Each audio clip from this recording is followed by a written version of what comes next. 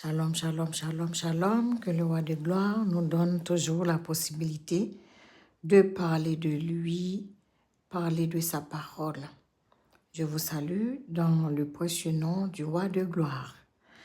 Alors, on peut dire que nous restons toujours sur le sujet comment comprendre la Bible.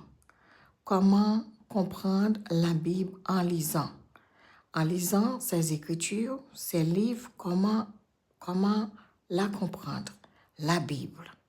La Bible, ce sont des écrits par les apôtres, les prophètes, les enfants de Dieu, en d'autres termes, les serviteurs, les sacrificateurs, etc., qui poussent par l'Esprit de Dieu à écrire ces testaments pour nous aujourd'hui.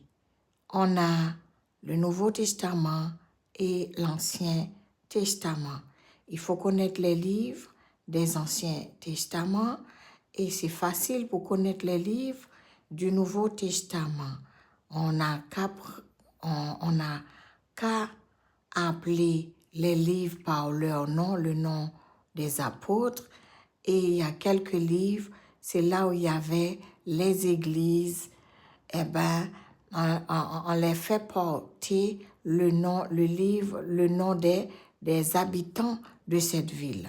Les livres portent le nom des habitants de cette ville. Comme on a dit déjà, Colossiens, Corinthiens, Thessaloniciens,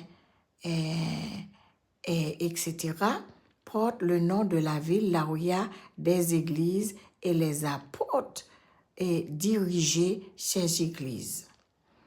Et après, on a Matthieu, Marc, Luc, Jean, Pierre, Apocalypse de Jean, il y a 1 Pierre, 2 Pierre, Timothée, etc. Ce sont des livres dans le Nouveau Testament.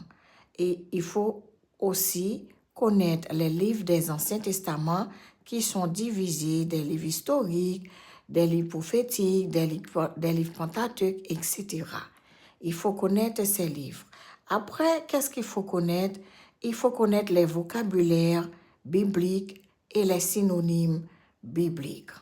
Les vocabulaires bibliques, les synonymes bibliques et apprendre à comprendre le langage de Jésus-Christ. Que le Seigneur nous bénisse avec ces petits mots. Amen.